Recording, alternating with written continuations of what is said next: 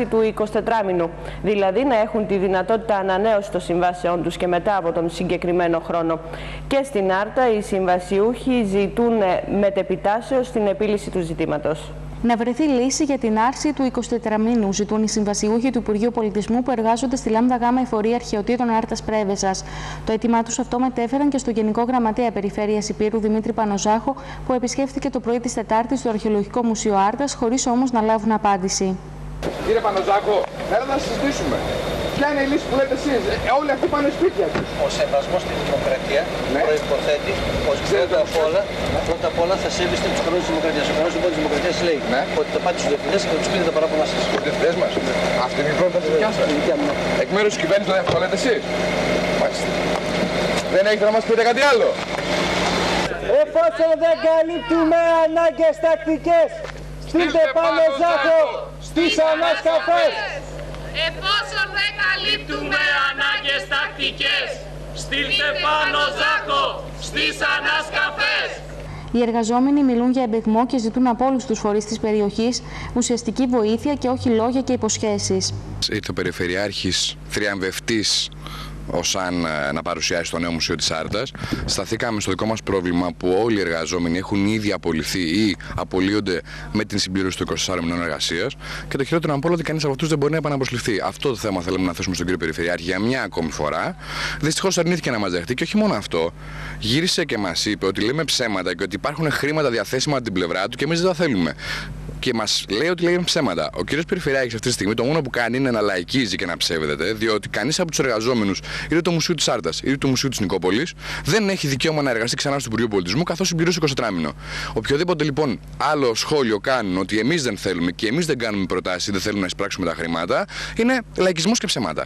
Αυτό που ζητάμε είναι να διορθωθεί το λάθος που έγινε με το περιοδικό διάταγμα του Παυλόπουλου. Δεν μιλάω για λύση, μιλάω για διόρθωση λάθους, γιατί αυτή η κυβέρνηση με το περιοδικό διάταγμα του κ. Παυλόπουλου το 2004 είναι που θέσπισε το 24μηνο σε ανώτατο όριο εργασίας και αυτή τη στιγμή ένας σωρό κόσμος εξειδικευμένος, που φυσικό φορέα εργασίας έχει μόνο το Υπουργείο Πολιτισμού και μιλάμε για ανθρώπους που σπουδάσαν, δηλαδή αρχαιολόγους, συντηρητές, ανθρωπολόγους, αρχαιοφύλακες, εργάτες εξειδικευμένους ανασκαφών που δουλεύουν πάρα πολλά χρόνια οι άνθρωποι, να απολύονται διαπαντός, να πάνε να βρουν δουλειά στα 50 τους, στα 45 τους, μόνο και μόνο διότι ένας εφάνταστος και ευφυής άνθρωπος όπως είναι ο κ. Παυλόπουλος αποφάσισε να θεσπίσει ένα ανώτατο όριο εργασίας στους 24 μήνες.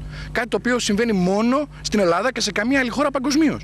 Δεν νομίζω αυτό το πράγμα τιμά τον πολιτισμό μας. Αυτό εμείς ζητάμε, να έρθει το 24μηνο, τίποτα άλλο.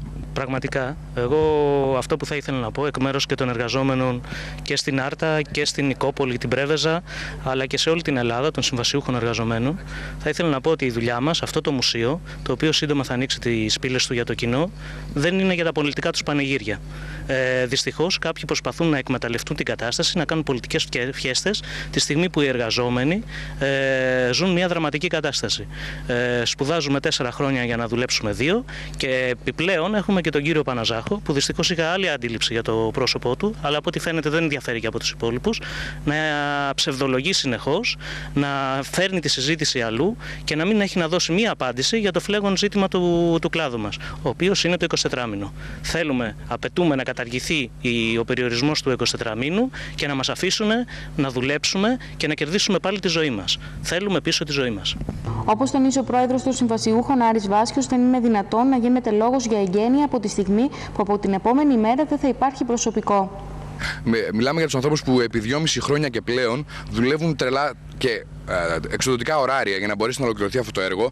Μάλιστα, το τελευταίο μήνα ή δίμηνο τα ωράρια είναι 12 ώρα, 14 ώρα και βάλτε, για να μπορέσει να ολοκληρωθεί αυτό το έργο και να αποδοθεί τελικά στην κοινωνία της Άρτας, καθώς αποτελεί πραγματικά ένα όνειρο πολλών ετών για την πόλη μας.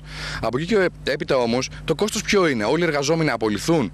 Δηλαδή, και ένα μουσείο θα μπορεί να λειτουργήσει αν οι εργαζόμενοι του φύγουν, ποιος θα τους αντικαταστήσει? Δεν υπάρχει μέρημνα σε αυτό. Και όλοι όσοι τοπικοί φορείς βγαίνουν και λένε και ζητάνε εγγένεια από τον κύριο Σαμαρά, δεν βλέπουν παραπέρα από το δέντρο, χάνουμε όλο το δάσος από τη στιγμή που ζητάμε εγγένεια, χωρίς να έχουμε τις κατάλληλες υποδομές. Δεν είναι δυνατόν να κόψουμε μόνο μια κορδέλα μόνο και μόνο για να βγούμε στις κάμερες και στα κανάλια και την άλλη μέρα το μουσείο είναι ερημός και δεν θα υπάρχει προσωπικό.